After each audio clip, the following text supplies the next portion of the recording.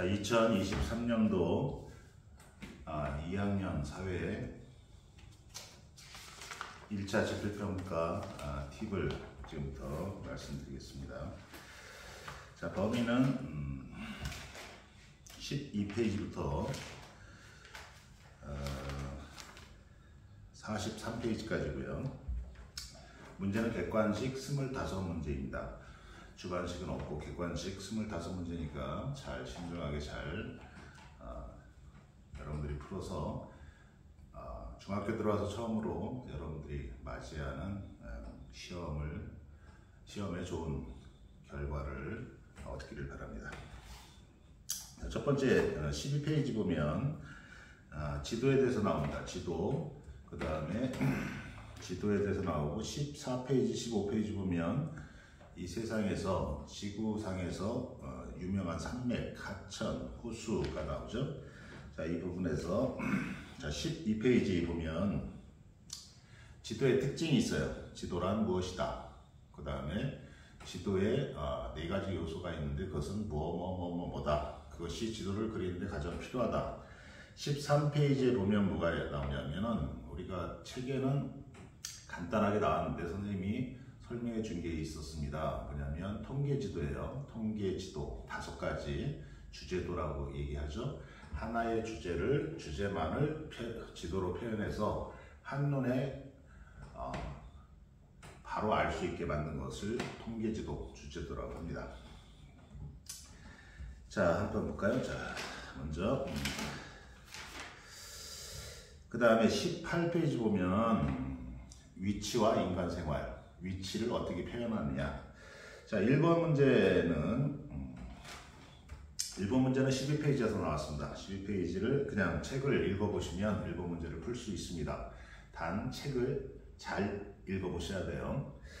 자, 그 다음에 두 번째는 13페이지에서 나왔어요. 13페이지에서 선생님이 가르쳐준 지도가 있어요. 5가지. 그것을 잘 점검해 보시면 되겠습니다. 그 다음에는 5가지 중에서 잘 살펴보세요. 한 문제 이상 나왔습니다. 자, 그 다음에는 넘겨서 14페이지, 15페이지 한꺼번에 묶어서 세계 주요 산맥, 하천, 강 이렇게 나왔죠. 여기서는 3문제가 나왔어요. 3문제가 나왔는데 그 특징들이 있죠. 가장 높다, 길다, 수량이 많다, 어디부터 어디까지 어떤 대륙에 위치하고 있다, 그 주변에는 어떤 나라가 있다, 이런 것들이 있어요. 잘 정리해 두시면 될 것 같습니다. 그리고 14페이지, 15페이지 산맥, 하천, 호수에서 3문제가 나왔고요. 그 다음에 14, 15페이지에서 한 문제가 더 나왔어요. 그러니까 4문제가 나온 거예요. 그러니까 굉장히 많이 나왔죠? 정리해 두시면 되겠습니다. 그 다음에 16, 17은 그냥 보시고요. 18페이지로 가면 18페이지는 위치의 표현, 위치를 어떻게 표현한다. 내가 있는 위치, 우리나라가 있는 위치를 어떻게 표현하느냐. 작게 표현하고 크게 표현하는 방법도 설명을 했고 수리적인 위치, 지리적인 위치, 관계적인 위치를 3가지로 나눠서 설명을 했어요. 자, 여기에서는 이제 두 문제가 나왔어요. 2문제가 나왔습니다. 그 다음에 위도와 경도를 어떻게 우리가 서로 약속을 하는지 그것을 정리해 두시면 되겠습니다. 그리고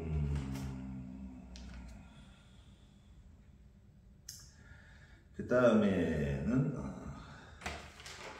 20페이지, 21페이지는 위도와 경도를 위도를 왜 나눴느냐, 경도를 왜 나눴느냐. 그러면 나눴는데 북반구, 남반구는 어떤 차이가 있느냐. 경도를 나눴을 때 이거는 무엇을 위해서 나눴느냐. 시간을 우리가 약속하기 위해서 나눈 것이죠. 자, 이 부분에서 보면은 한 문제, 2문제, 한 5문제가 나왔네요. 5문제. 그러니까 굉장히 많이 나왔어요. 5문제 나오고 다시 한번 앞으로 들어가서 12페이지 보면 지도의 특징 중에 거기서 다수의 한 문제가 다시 나왔어요. 꼭 알아주세요. 그러면 아까 더한 문제에서 한 문제가 더 추가가 되는 것이죠. 지도의 특징 잘 다시 한번 보세요. 그 다음에 14페이지 산맥, 하천, 호수 여기서 한 문제를 더 냈어요. 그러니까 아까 세 문제 나왔다고 그랬는데 네 문제가 나온 거예요. 그리고 14, 15페이지 다 합쳐서는 5문제가 나왔습니다. 아주 다수의 문제가 출제되었으니 여러분들이 잘 정리해 두시면 될 것 같고요. 그 다음에는 넘겨서 22페이지 지리정보 기술의 활용 3가지를 얘기했죠. 원격 탐사, GPS, 그죠? 위치 확인 서비스 시스템, 그 다음에 GIS 지리정보 시스템 3가지가 나왔는데 여기서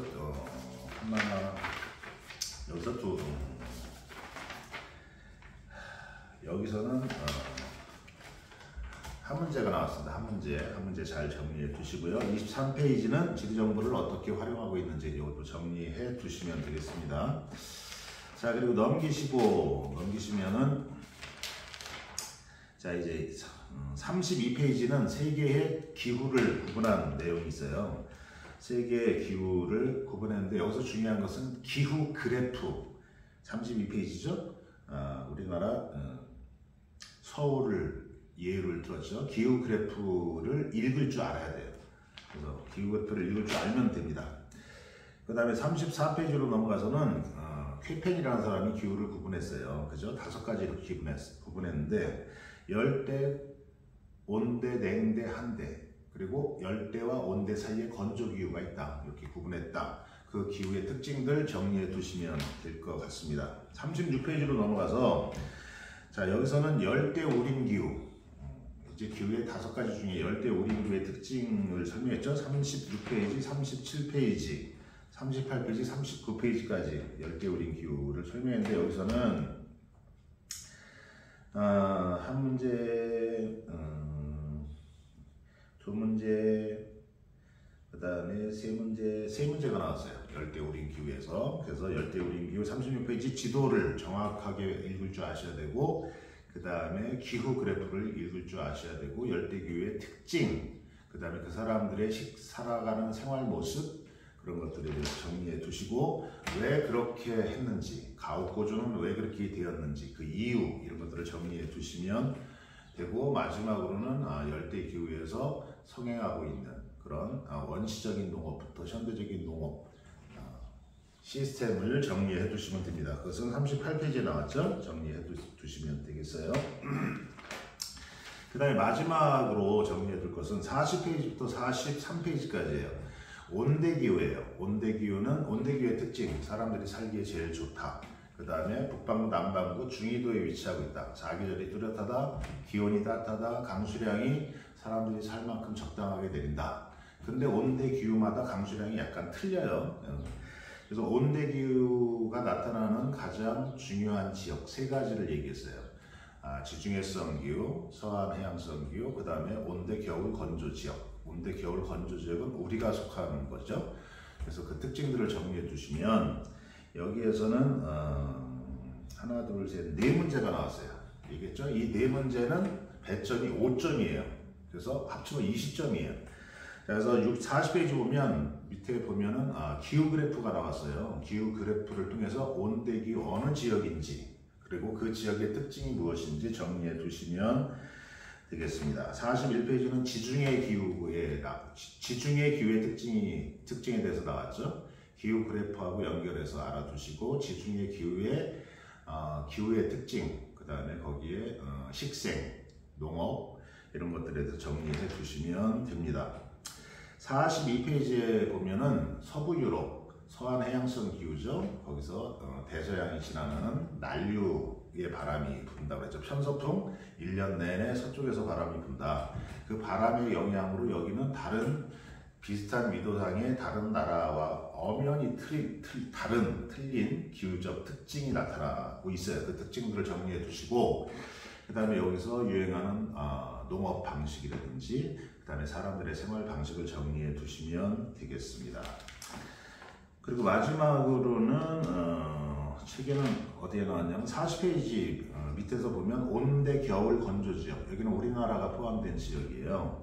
이 지역의 특징들을 설명 기후 그래프하고 연결해서 잘 보시면 됩니다. 그래서 세 가지 온대 기후가 있는데 여기서 네 문제가 나왔어요. 5점짜리. 그래서 합쳐서 25문제 그리고 100점 만점입니다. 그리고 마지막으로 한 가지 팁을 주면은 손흥민 선수가 영국 토트넘에서 경기를 하는 경기 내용이 뭐죠? 시간 구하기예요. 시간 구하기 한 문제가 나왔습니다. 그래서 지금까지 선생님이 팁을 준 것을 책을 통해서 잘 여러분들이 다시 확인하고 정리하셔서 다시 한번 정리하시고 확인하고 문제 한번 풀어보고 그렇게 하면 좋은 성과가 여러분에게 있을 거라고 생각을 합니다. 여러분들 잘 열심히 하셔서 중학교 와서 처음 맞이하는 1차 지필평가 좋은 결과가 모두에게 있기를 바랍니다. 여러분 모두 화이팅 하시길 바랍니다. 감사합니다.